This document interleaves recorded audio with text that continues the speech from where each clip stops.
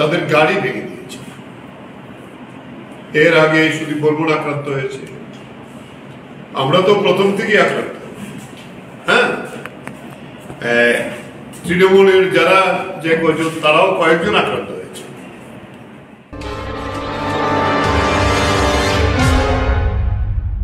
নমস্কার, আমি গৌতম, আপনারা দেখছেন সার্চ ইন্ডিয়া টিএনএন। বাতাসে রক্তের গন্ধ আমাদের বিশেষ প্রতিবেদনের তৃতীয় পর্বে আরও একবার সকলকে জানাই স্বাগত।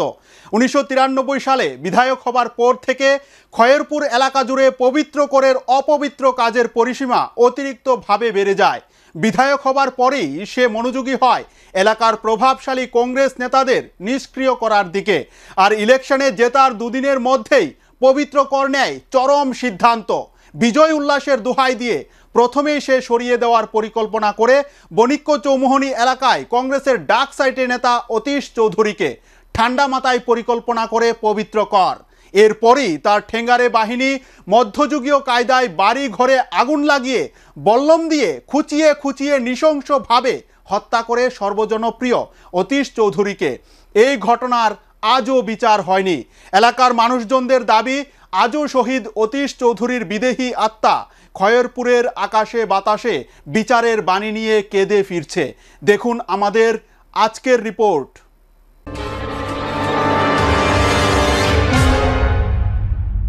রাজ্যে বিজেপি আইপিএফটি জোট ক্ষমতায় প্রতিষ্ঠিত হবার আগে খয়েরপুর এলাকায় বহু রক্ত ঝরেছে, খুন হয়েছেন বহু মানুষ, যার বিচার আজও হয়নি।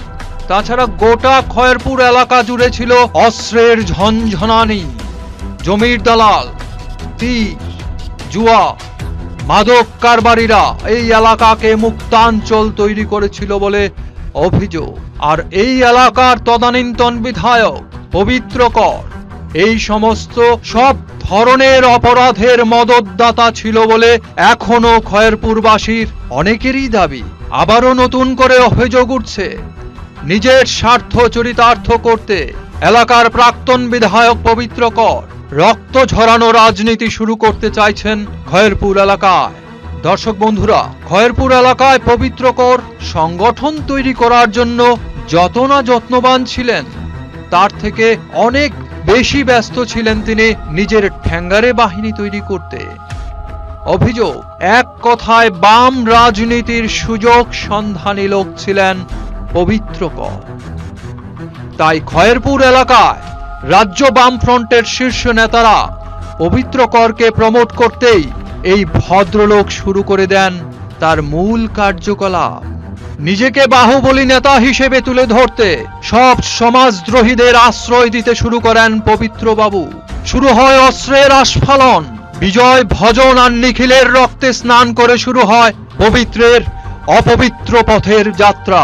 নিজের রাজনৈতিক উত্থানের পথকে সাবলীল করতে একের পর এক খুন করিয়েছেন পবিত্র কর, কিন্তু নিজে থেকে গেছেন সব সময় ধরা ছোঁয়ার বাইরে। তার বিরুদ্ধে একটি মামলাও তিনি করতে দেননি। তাই আজও পুলিশের খাতায় পবিত্র করের বিরুদ্ধে কোনো মামলা নেই। নিজের চরিত্র রেখে দিয়েছেন ফুলের মতো পবিত্র করে।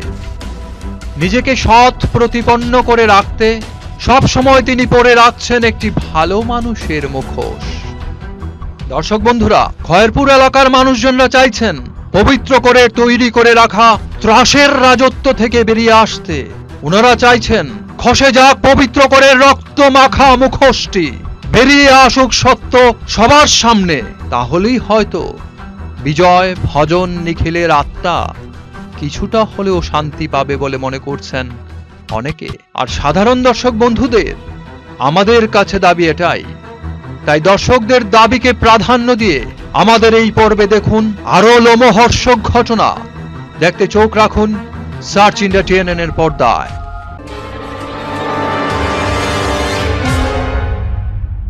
1993 সালে রাজ্যের বিধানসভা ভোট পর্ব শেষ হবার পর থেকেই রাজ্যবাসী দোটানায় ছিলেন। ক্ষমতায় কংগ্রেস টিইউজেএস জোট সরকারি ক্ষমতায় থাকবে নাকি বামফ্রন্ট পুনরায় ক্ষমতা দখল করবে তা নিয়ে ছিল এক চাপা উত্তেজনা। অবশেষে ঘনিয়ে এলো ভোট গণনার দিন। রাজধানীর উমাকান্ত একাডেমি এলাকা লোকে লোকারণ্য। এক পাশে বাম সমর্থকরা এবং অপরদিকে উৎকণ্ঠিতভাবে অপেক্ষা করছিল জোট সমর্থকরা। সে সময় অত্যাধুনিক পদ্ধতিতে ইভিএম মেশিনে ভোট হতো না বলে গণনা প্রক্রিয়া ছিল জটিল। ব্যালট পেপার গুনে ভোট কে জিতলো কে হারলো তা ঘোষণা করা হতো মাইকে। ওই বছর ভোট গণনা হয়েছিল দুদিনে। উমাকান্ত একাডেমি এলাকা জুড়ে ছিল তীব্র উত্তেজনা। সকাল 7টা থেকে ভোট গণনা শুরু হবার পর থেকে একে একে ফল প্রকাশ শুরু হয় বেলা 12টার পর থেকে। সে সময় কংগ্রেস এবং টিইউজেএস জোট সরকার ক্ষমতায় থাকলেও ফলাফলে দেখা যায় গণনায় ক্রমশ এগিয়ে যাচ্ছে বাম ফ্রন্টের প্রার্থীরা। বাম প্রার্থীরা একের পর এক আসনে জয়ী হতেই শুরু হয়ে যায় বামফ্রন্ট সমর্থকদের মধ্যে আনন্দ উল্লাস। 1993 সালে বাম প্রার্থী হিসেবে খয়েরপুর বিধানসভা কেন্দ্র থেকে ভোটে প্রথমবারের মতো জয়লাভ করেন পবিত্র কর। তারই জয়ে উচ্ছ্বসিত হয়ে ওঠে খয়েরপুরে পবিত্র করের তৈরি করা ঠ্যাঙারে বাহিনীর দল। তাদের উৎসাহটা ছিল একটু বেশি। ওই বছর ভোটের ফলাফল প্রকাশের সেই সময়টাতে উমাকান্ত মাঠেই তাদেরকে দেখা গেছে আইন শৃঙ্খলাকে তোয়াক্কা না করে মাত্রাতিরিক্ত লোক দেখানো উচ্ছ্বাস প্রকাশ করতে। পবিত্র করকে সামনে নিয়েছিল তাদের বিজয় উল্লাস। ভোটের ফলাফল প্রকাশের পর কেটে যায় দুদিন, তবে খয়েরপুর বণিক্য চৌমুহনীর লোকজনদের কাছে কালো দিনটা ছিল 1993 সালের 7ই এপ্রিল। ওই দিন বিকেলে খয়েরপুর থেকে পবিত্র করকে নিয়ে শুরু হয় বাম কর্মী সমর্থকদের বিজয় মিছিল এবং বিজয় উচ্ছ্বাস। এদিকে 7ই এপ্রিল বিকেলে খয়েরপুর চৌমুহনীতে এই বিজয় উল্লাসের মধ্যেই পবিত্র কর তার ঠ্যাঙারে বাহিনীর সাথে এক গোপন পরিকল্পনা তৈরি করে নেয়। তারপরেই বিজয় মিছিল রওনা হয় বণিক্য চৌমুহনীর দিকে। বণিক্য চৌমুহনী এলাকা বহু লোকজনের এখনো মনে আছে সেই বিজয় মিছিলের কথা। তাদের অভিযোগ পবিত্র করের সেটা বিজয় মিছিল ছিল না, ছিল বাহুবলী হিসাবে তার শক্তি প্রদর্শনের মহড়া। এই মিছিলে তার ঠ্যাঙারে বাহিনীর লোকজনদের আস্ফালন এলাকায় রীতিমতো আতঙ্ক তৈরি হয়েছিল বলে অনেকেই এখনো অভিযোগ করেন। এমনও অভিযোগ মিছিলে যে বাজি পোড়ানো হয়েছিল তার আড়ালে বোমাবাজির মহড়াও সার ছিল পবিত্র করের পোষাপ্রিয় ঠ্যাঙারে বাহিনী। এক সময়ে মিছিল গিয়ে শেষ হয় বণিক্য চৌমুহনীতে। শুরু হয় বিজয় মিছিলের নামে উন্মাদ নৃত্য এবং বাজি পোড়ানোর নামে বিকট বোমাবাজি। এখানে আরেক প্রস্থ গোপন বোঝাপড়া হয়ে যায় পবিত্রকর এবং ঠ্যাঙারে বাহিনীর মধ্যে। সদ্য ইলেকশনে জেতা পবিত্রকর আনন্দে তখন চোখে মুখে সর্ষে ফুল দেখছেন, নিজেকে এলাকার সহিংসা ভাবছেন। পবিত্রকরও তার সাঙ্গপাঙ্গদের বিজয় উল্লাসে আতঙ্কিত বণিক্য চৌমুহনী এলাকায় লোকজন তখন অনেকেই ঘরের আলো নিভিয়ে ঘর অন্ধকারে বসেছিলেন। বিজয় উল্লাস চলাকালীন অবস্থায় একসময় পবিত্র করের ঠ্যাঙারে সর্দাররা একটু আলাদা হয়ে যায় সবার থেকে। একে একে ঠ্যাঙারে সর্দারদের অন্যতম অর্থাৎ পবিত্র করের ডান এবং বাঁ হাত বলে পরিচিত দুলাল দত্ত, বিনয় লোধ, দীপক দে, রাজেশ সরকার এবং তাদের সঙ্গে ধনঞ্জয় দাস, সুদীপ সরকার, বিমল দেবনাথ সহ আরো বেশ কয়েকজন রওনা হয় গ্রাম পঞ্চায়েত প্রধান অতীশ চৌধুরীর বাড়ির দিকে। সে সময় তাদের চোখ ছিল রক্তবর্ণ।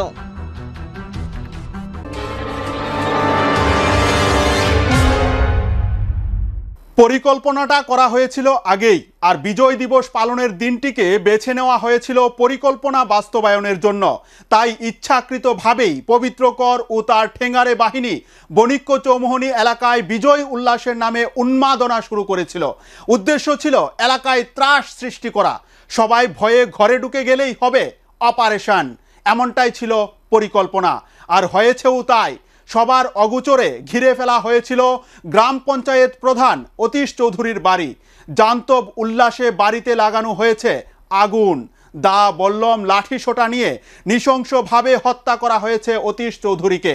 শারীরিক মানসিক নির্যাতন করা হয় বাড়ির মহিলাদের। প্রথম বিধায়ক হবার পরই কংগ্রেস নেতা হত্যার মাধ্যমে খুনের রাজনীতিতে হাত পাকানো শুরু করেন বিধায়ক পবিত্র কর।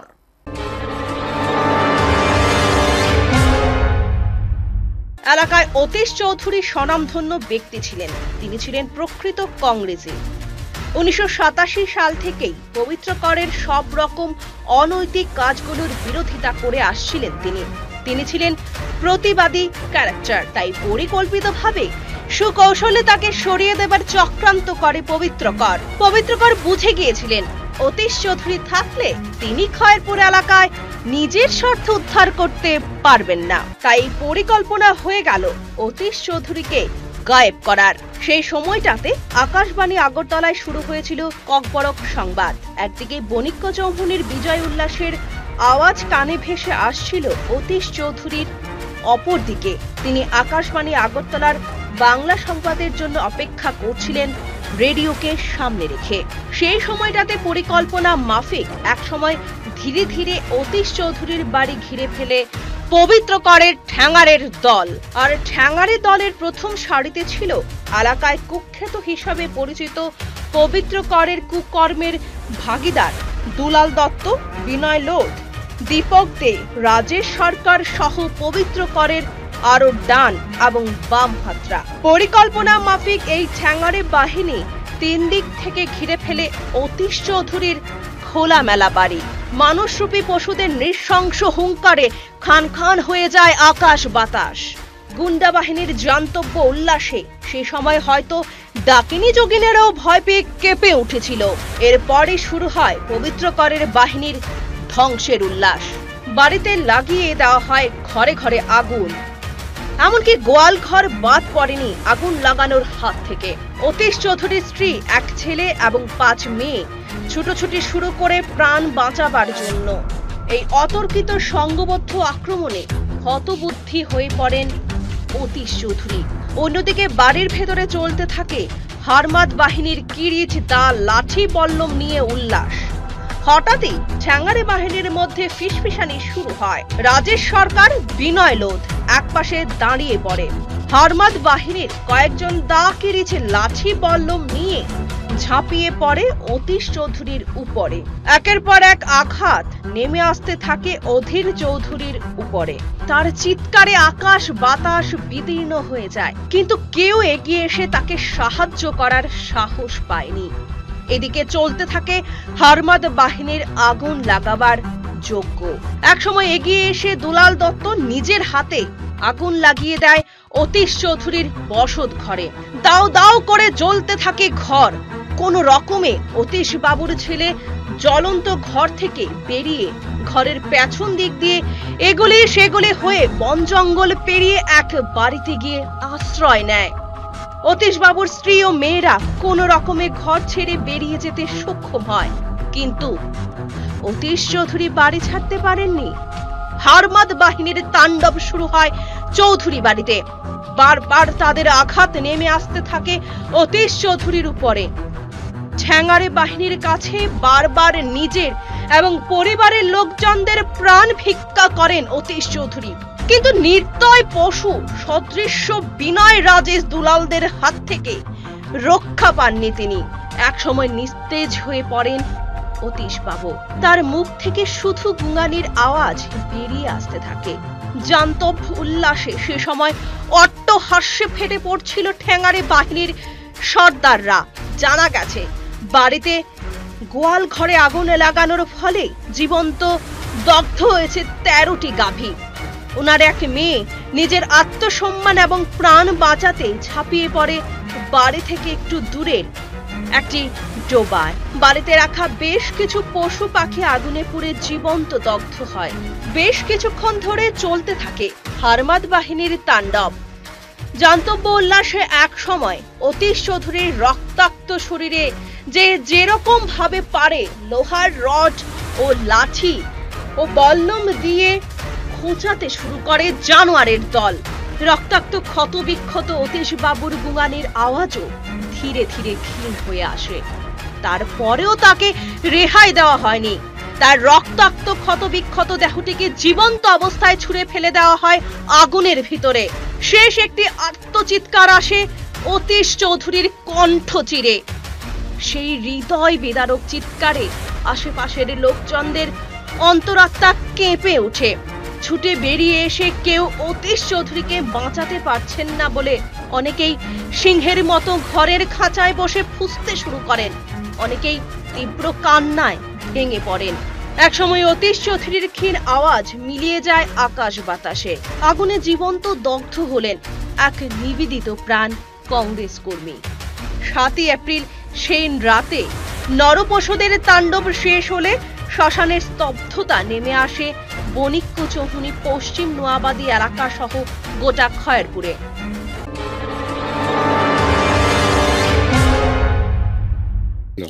তো বাড়িতে আপনার 12-13টা গরু ফুটছে, হাঁস মুরগ যা ছিল সব পুইরা দিছে, ঘর ফুটছে 3টা, তারপর তো গায়ে বুম দিয়া মারছে। সিপিএমের দুষ্কৃতকারীরা, এটা তো ওইটা মানে কোনই লাগে না, বুঝছেন না।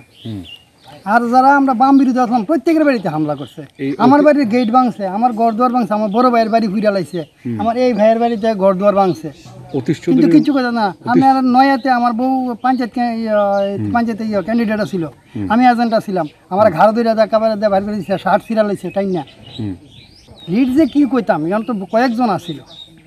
হ্যাঁ, পবিত্র করার নাম তো তখন তো আমরা শুনতাম কি তা, যেমন বিনয় লোদ আছে, তারপরে দুলাল দত্ত আছে, সুমন আছে, রাজেশ পরবর্তীকালে নামছে, রাজেশ স্টেপে আসছিল না, 93 রাজেশ আসছিল না, সব তো পবিত্র করে লিডিং করতো। অ্যাকচুয়ালি তো তাই না লিডিং করতো, তাই না চেলাবেলা সবাই, তারা তো বামপন্থ করতো। তখন তো আমি এত সঠিক হয়ে যেতাম না, তবে তাই গলাতে একটা কূপ দিয়েছিলাম, বুকে একটা ঘাই দিয়েছিলাম, আর এমনি ঘুম মারছিল, হাতে বোধ একটা কুপায় দেয় মারা হয়েছে, দাউদা কূপ দিয়েছে, ঘাইও দিছে। আর ঘর পুড়ছিল, 1-2টা ঘর পুড়ছিল, আর গরু পুড়ছিল 12-13টা। মানে ওই দিন যেদিন গরু তো গলায় কাটছিল কি না গরু তো জ্যান্ত ঘরে ভিতরে ফিরে লাইছে। হ্যাঁ না, মেয়ের উপরে একটু টর্চারিং করছে, কিছু মারধর করছে। আচ্ছা, মেয়েরা তাই না আইনের মাধ্যমে গেছিল, আইনে গিয়ে বিচার তো সঠিকভাবে মনে পাইছে, এখন পর্যন্ত তাই না বিচার বোধ ঝুলিয়া রয়েছে। তারপরে এই সরকার আইসাম, বিজেপি গভর্নমেন্ট আইসে পরে তো তখন কইছিল যে এটা আবার রিওপেন করব, তো করছে কিনা ঠিক করতে পারলাম।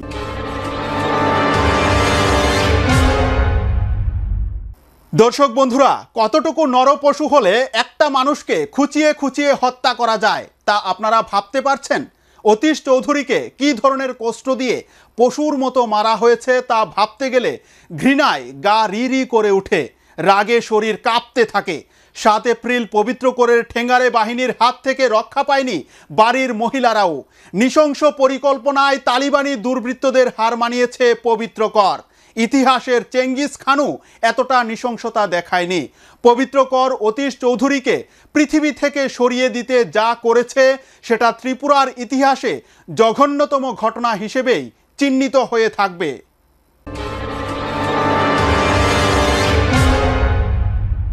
7 এপ্রিল রাতে পবিত্র করের ঠ্যাঙ্গারে বাহিনী বণিক্য চৌমুহনী এলাকায় এতটাই আতঙ্ক ছড়িয়েছিল যে এই নারকীয় ঘটনার পর অতীশ বাবুর পাড়া প্রতিবেশীরা কেউ বাড়ি থেকে বের হননি। তাই ঘটনার পর অতীশ চৌধুরী বেঁচে ছিলেন নাকি মারা গিয়েছিলেন সে খোঁজ খবর কেউ করতে পারেননি। পরদিন সকালে পোড়া ঘরের গাদা থেকে বের করে আনা হয় অতীশ চৌধুরীর ঝলসানো, দলা পাকানো প্রায় খণ্ড খণ্ড দেহ। অতীশ চৌধুরীর কথা বলতে গিয়ে খয়েরপুর এলাকার এবং বণিক্য চৌমুহনী এলাকায় বহু লোকের হৃদয় আজও কেঁদে উঠে।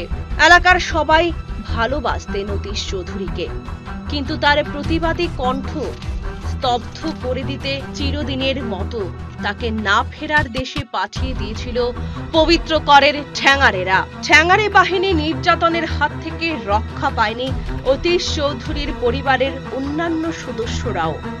আত্মসম্মান এবং নিজের জীবনে বাঁচাতে অতীশ চৌধুরীর এক মেয়ে 7 দিন ধরে ডোবার জলে ডুবে আর লুকিয়ে থেকে কোনো রকমে নিজের প্রাণ ও ইজ্জত বাঁচিয়েছিলেন। 7 দিন পর তাকে যখন খুঁজে পাওয়া যায় তখন তার বিপর্যস্ত অবস্থা। অনেকেরই ধারণা তার উপর প্রচন্ড ঝড় বয়ে গেছে, তাকে শারীরিক নির্যাতন করেছে ঠ্যাঙ্গারে বাহিনীর জন্তুরা। তা ওই সময় ওই যুবতীর শরীরে স্পষ্ট হয়ে উঠেছিল। পুকুরের পাড়ে ঝোপঝাড়ের আড়ালে লুকিয়ে থেকে কোনো রকমে নিজের প্রাণ বাঁচিয়ে রেখেছিলেন অতীশ বাবুর ওই আদরের মেয়ে। তাকে যখন জীবন্ত খুঁজে পাওয়া যায় সে ছিল প্রায় উন্মাদগ্রস্ত অবস্থায়। মানুষজন দেখে সে পালাবার চেষ্টা করতে থাকে, আর এতেই বোঝা যায় তার উপর দিয়ে কি ধরনের নির্যাতন গেছে। বিপর্যস্ত অবস্থায় তাকে চিকিৎসার জন্য পাঠানো হয়েছিল হাসপাতালে। বাবাকে শেষ দেখাও দেখতে পারেনি ওই আদরের মেয়ে। বাবার শেষকৃত্যেও সে থাকতে পারেনি।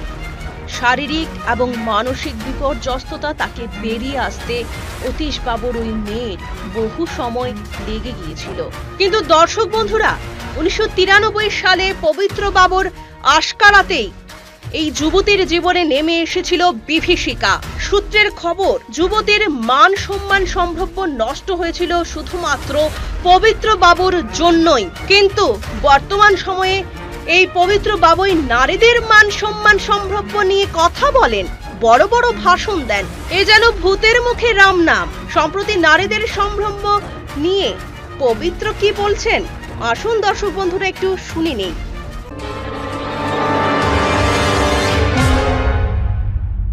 মানুষের কিন্তু দেয়ালে পিঠ লেগে গেছে। তার মেয়ের সম্ভ্রম যখন যায় তখন বাবার কাছে, মার কাছে তার জানের চেয়েও মেয়ের সম্ভ্রমটা বড়, তার জানের চেয়েও মেয়ের সম্ভ্রমটা বড়, তার জানের চেয়েও মেয়ের সম্ভ্রমটা বড়।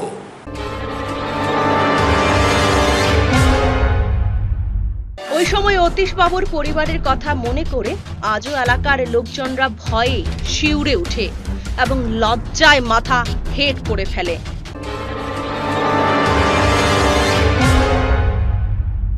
অতীশ চৌধুরী 7 এপ্রিল 1993 সন্ধ্যায় অতীশ চৌধুরীকে যেভাবে, অতীশ চৌধুরীর পরিবারকে যেভাবে নিশ্চিহ্ন করা হয়েছে, অতীশ চৌধুরীর পরিবারের মেয়ে ছেলেদের সঙ্গে যে ব্যবহার করা হয়েছে, পৃথিবীর ইতিহাসে আপনারা ইতিহাসে পড়েছেন, ইদি আমিন কিংবা কর্নেল গদ্দাফি, এদেরকেও ছাড়িয়ে গেছে অতীশ চৌধুরীর বাড়ির আক্রমণ।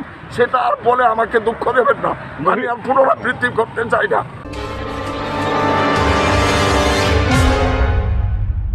7 এপ্রিলের এই ভয়াবহ নারকীয় ঘটনার পর অতীশ চৌধুরীর পরিবার খুব বেশি দিন বণিক্যযোগিনী এলাকার বাড়িতে থাকেননি। একদিকে পবিত্র করের ঠ্যাঙারে বাহিনীর রক্তচক্ষুর আস্ফালন এবং ভয়ভীতি প্রদর্শনের ফলে একসময় নিজেদের ভিটে মাটি ও পিতৃভূমি ছেড়ে দিতে বাধ্য হন শহীদ অতীশ চৌধুরীর স্ত্রী, পুত্র, কন্যারা।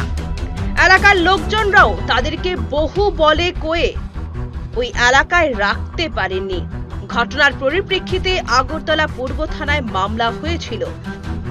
কিন্তু এখানেও ছিল দুর্দণ্ড প্রতাপ নব্য বিধায়ক ভিলেন পবিত্র করের রক্তচক্ষুর ভ্রুকুটি। তার ঠেঙ্গারে বাহিনীর ভয়ভীতি প্রদর্শনের জন্য একসময় এই মামলা ধামাচাপা পড়ে যায়। মামলা ধামাচাপা দেবার জন্য পবিত্র কর সে সময় সব পুলিশ অফিসারদের রীতিমতো চমকে ধমকে লোভ দেখিয়ে ম্যানেজ করে ফেলেছিল বলে অভিযোগ। তাছাড়া পবিত্র কর এতটাই ডার্ক সাইডে ছিলেন যে তিনি আগরতলা পূর্ব থানাকে নিজের বৈঠকখানা বানিয়ে নিয়েছিলেন বলে সূত্রের খবর। প্রায় থানার পুলিশ বাবুদের ডেকে তিনি আড্ডা জমাতেন, চা মুড়ি খেতেন এবং নিজের অঙ্গুলি হেলনে থানার ওসি বড় বাবুদের চেয়ার নাড়িয়ে তুড়ি মেরে তাদের নিয়ন্ত্রণ করতেন, এমনটাই তার বিরুদ্ধে অভিযোগ। নিজে মাফিয়াগিরি দেখিয়ে সে সময় অতীশ চৌধুরীর মামলাও পবিত্র করে ধামাচাপা দিয়েছিলেন, এমনটাই মনে করছেন অনেকে। তাছাড়া ওই সময় তিনি সরকারের ক্ষমতাকেও মামলা ধামাচাপা দিতে ব্যবহার করেছেন বলে সূত্রের খবর। পবিত্র কর ভেবেছিলেন তার সাদা শার্টে কেউ রক্তের দাগ লাগাতে পারবে না, কিন্তু অবস্থার পরিবর্তন হয়েছে। রাজ্যে ক্ষমতার হাত বদল হয়েছে। বর্তমানে ক্ষমতায় রয়েছে বিজেপি আইপিএফটি সরকার। সরকার পরিবর্তন হওয়ার পর শহীদ অতীশ বাবুর ছেলে সন্তোষ চৌধুরী, বিধবা স্ত্রী অমিয়বালা দেবী বর্তমান শাসক দলের আইনমন্ত্রী রতনলাল নাথের সাথে যোগাযোগ করেন। রতনলাল নাথের কাছে ন্যায় বিচার দাবি করেন শহীদ অতীশ চৌধুরীর বিধবা স্ত্রী অমিয়বালা দেবী। সে সময় আইনমন্ত্রী রতনলাল নাথ স্বীকার করেছিলেন অতীশ চৌধুরী হত্যাকাণ্ডের যথাযথ তদন্ত করা হয়নি। সিপিএম এর ঘাতক বাহিনী অতীশ চৌধুরীকে নৃশংসভাবে খুন করেছিল, সেটা তিনি জানেন, স্বীকার করেছেন। সে সময় তিনি পরিষ্কার জানান, অতীশ চৌধুরীর হত্যাকাণ্ডটি ছিল একটা শীতল রক্তের অপরাধ। অতীশ বাবুর জনপ্রিয়তার জন্যই তাকে খুন করা হয়। রাজ্যে বিজেপি সরকার ক্ষমতায় এসেছে প্রায় 3 বছর হতে চলল, কিন্তু এখনো অতীশ চৌধুরী হত্যাকাণ্ড মামলাটি রিওপেন হয়নি। তবে অনেকেই আশাবাদী, খুব শীঘ্রই অতীশ হত্যাকাণ্ডে জড়িতরা সবাই 13 শিকের পেছনে যাবে, আর তাদের মধ্যে থাকবে ওই হত্যাকাণ্ডের পরিকল্পনাকারী নাটের গুরুও। দর্শক বন্ধুরা, সার্চ ইন্ডিয়া টিএনএনও দর্শকদের কাছে অঙ্গীকারবদ্ধ, খয়েরপুরের প্রত্যেকটি হত্যাকাণ্ডের প্রকৃত তথ্য আমরা তুলে ধরব দর্শকদের সামনে। এক্ষেত্রে পবিত্র কর যদি নাটের গুরু হয়ে থাকেন, আমাদের কাছ থেকে তিনিও ছাড় পাবেন না। আমরা এর শেষ দেখতে নিজেদের প্রাণবাজি রাখতেও রাজি।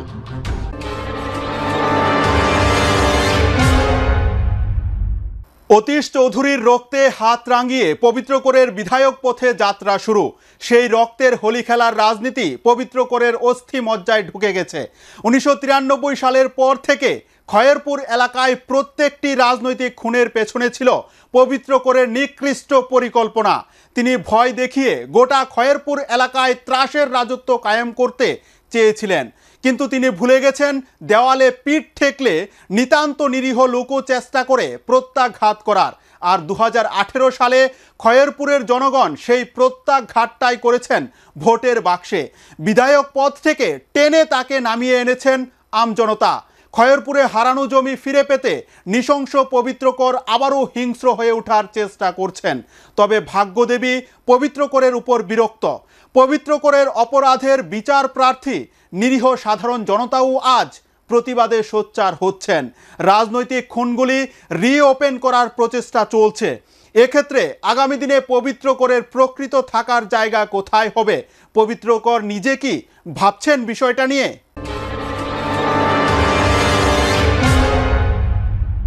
দর্শক বন্ধুরা, আজকের মতো তৃতীয় পর্ব এখানেই শেষ করছি। আমাদের আগামী পর্ব দেখার জন্য চোখ রাখুন